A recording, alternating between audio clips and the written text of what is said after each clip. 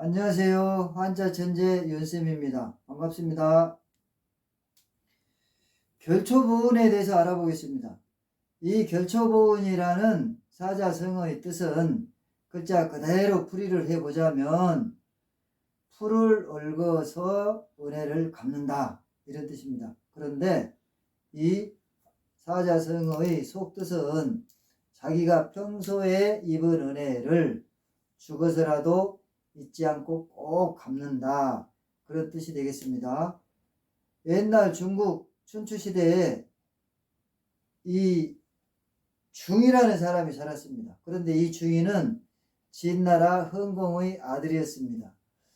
이 진나라에서 난리가 일어나게 됩니다. 그러자 이 중이는 19년 동안 다른 여러 나라로 망명 생활을 하게 됩니다. 그런데 이 망명 생활 중에 이 중이를 보좌한 5명의 신하가 있었습니다. 이 신하 중에 위주라는 사람이 있었습니다. 위주는 위기, 위과 두 아들이 있었죠. 그런데 19년 동안 망명 생활 끝에 진나라로 돌아온 중이는 이제 진문공으로 등극을 하게 됩니다. 진문공. 여기에서 공이라는 이야기는, 공이라는 용어의 뜻은 왕이라고 생각하면 되겠습니다. 왜 그러냐면 옛날 중국 춘추시대에 주나라 최고 지도자를 왕이라 하고 나머지 제후국의 최고 지도자는 왕이라는 용어를 사용하지 못하고 모두가 다 공이라는 용어를 사용했기 때문입니다. 그래서 이 중이가 문공이 되자 위주는 이제 문공의 부하 장수가 됩니다. 그런데 이 위주는 전쟁터에 나갈 때는 이 위기와 위과 두 아들을 꼭 데리고 다녔습니다. 그러면서 이제 전쟁터에 나가기 전에 이제 유언을 하기를, 내가 만약 죽게 되면 나의 첩 조이를 꼭 좋은 남자를 골라서 시집 보내달라, 이렇게 유언을 했습니다. 그런데 막상 자기가 이제 병에 걸려서 죽게 되자 조이를 순장을 시켜달라고 합니다. 이 순장이라는 거는 옛날 귀인이 죽었을 때, 귀인은 왕이라든가 공이라든가 아니면 높은 벼슬자리에 있는 사람들을 뜻합니다. 귀인이 죽었을 때는 귀인과 함께 그냥 생매장하는 것이었어요. 살아있는 채로 그냥 죽은 사람과 매장을 해요. 그러니 얼마나 무섭겠습니까? 굉장히 무섭겠죠? 지금 기준으로 생각하면은 그야말로 극악무도한 범죄 행위겠죠. 그런데 그 당시에는 이게 하나의 풍습이었습니다. 우리나라도 삼국시대, 신라시대 지정왕 때에 이 순장을 금지했다고 합니다. 지정왕 때에 순장을 금지를 했어요. 그러면 여기에서 순장을 금지를 했다는 이 기록으로 보면 그 전까지는 순장을 했다, 이런 뜻이 되겠죠. 그렇게 이해를 하시면 되겠습니다.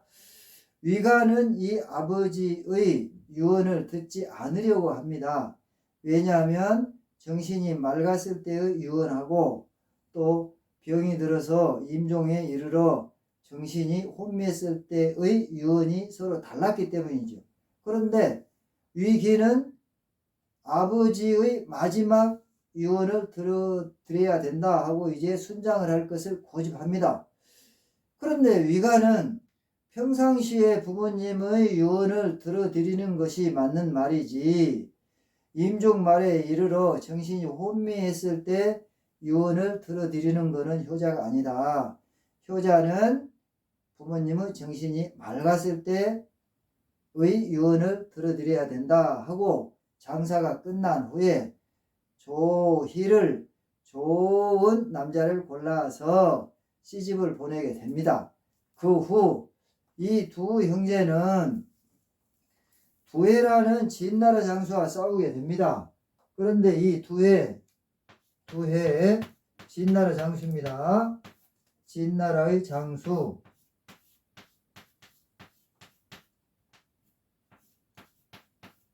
그런데 이 진하고 한글 발음으로는 똑같은 진나라지만 한자로 쓰면은 전혀 다른 나라가 되겠습니다. 그런데 이 두 해는 어떤 사람이었을까요? 하루에 호랑이를 5마리를 맨손으로 쳐서 잡은 기록도 있고, 또 키가 크고 힘이 아주 셉니다. 그리고 또 몸이 아주 단단해 가지고 창이나 칼이 몸에 닿아도 뭐 상처도 잘 나지도 않고 그야말로 무시무시한 장수였습니다. 거기에 힘이 세 가지고 120근짜리 도끼를 아주 그야말로 자유자재로 움직이는 그런 장수였습니다. 구독과 좋아요 부탁드립니다. 이 위가 두 형제는 두해하고 싸워서 첫 싸움에 이제 패배를 하게 됩니다. 그리고 이제 그날 밤 뜬 눈으로 세우게 됩니다. 그런데 새벽녘에 꿈인 듯 생시인 듯 위가의 귀에 청초파 하는 소리가 들리는 것이었어요. 이제 위가가 위기에게 물어봅니다. 너 어제 혹시 청초파라는 소리를 들어봤니? 하고 물어봤더니 위기는 그런 소리를 듣지 못했다고 합니다. 그래서 위가는 주위의 여러 병사들에게 물어봅니다. 청초파라는 뜻이 무슨 뜻인지 물어봤습니다. 물어본 결과 청초파라는 지명이 있다는 것을 알게 됐습니다. 그래서 위가가 생각하기를 이거는 신이 나에게 내리는 계시인가 보다 이렇게 생각을 하고 이제 그날은 진지를 청초파로 옮겨서 또 두해와 싸우게 됩니다. 그런데 이 두해 오늘 또 역시 아주 무지무지하게 그야말로 정말로 용감하게 싸우는 것이었어요.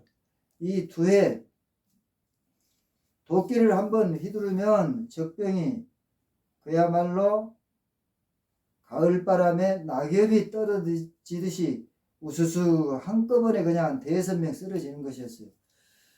위가가 멀리에서 이렇게 보니 노인이 한 명이 나타나서 전쟁터에 있는 풀을 얽어서 내는 것이었어요. 그래서 어떻게 되는가 보자 하고 유심히 살펴봤더니 그 얽어 놓은 풀에 두해라는 장수가 탄 말의 발이 거기에 걸려서 말이 자꾸 넘어지는 것이었어요. 그러다가 결국에는 자주 넘어져서 이 말이 무릎을 꿇게 되고 다시는 말이 일어나지 못하게 됐습니다. 그래서 이 두해 어떻게 됐습니까? 이제 말에서 내려서 걸어다니면서 싸우게 됩니다. 그런데 또 이 두해의 발이 또 이 얽어매놓은 풀에 자꾸 걸려가지고 넘어지게 됩니다. 그래서 두해라는 장수가 이 두 형제에게 사로잡혀서 포로가 되게 됩니다. 결국은 이 두 형제가 두해라는 장수와의 싸움에서 이기게 됐죠. 그런데 그날 밤 한 노인이 나타납니다. 이 위가의 꿈에 노인이 나타납니다. 그래가지고 하는 이야기가 나는 조이라는 사람의 애비 되는 사람입니다 하면서 장군께서 내 딸을 좋은 집으로 시집을 보내주셔서 지금 잘 살고 있습니다. 그 은혜에 보답하기 위해서 오늘 낮에 제가 두해의 말이 쓰러지게 하고 두해가 장군님께 생포돼서 포로가 되게 했습니다 하고 낮에 했던 일을 자세히 설명을 해 줍니다. 그리고 또 다음 말이 장군님의 음덕으로 앞으로 장군님의 후손들이 이 나라의 왕이 될 것입니다. 이렇게 애언을 남기고 사라졌습니다. 자, 여기에서 이 결초부운이라는 사자성어는 겉으로 글자 그대로 해석을 하자면 풀을 얽어서 은혜를 갚는다 그런 뜻이지만 그 깊은 속뜻은 자기가 평소에 받은 은혜를 잊지 않고 죽어서도 꼭 갚는다 이런 아주 깊은 뜻이 있는 사자성어입니다. 여러분들 이 사자성어를 들으시고 어떤 생각을 하셨나요? 여러분들이 평소에 다른 사람에게 입은 은혜를 갚으셨나요? 아니면 아직 갚지는 못했더라도 갚겠다고 생각을 하셨습니까? 아니면 그런 생각을 까마득하게 있고 아직도 전혀 생각을 하지 못하고 계신가요? 이 사자성어를 들으셨으니 한번 자기가 평소에 받은 입은 은혜를 생각해 보시는 것은 어떨까요? 수고하셨습니다. 한자천재 윤쌤입니다.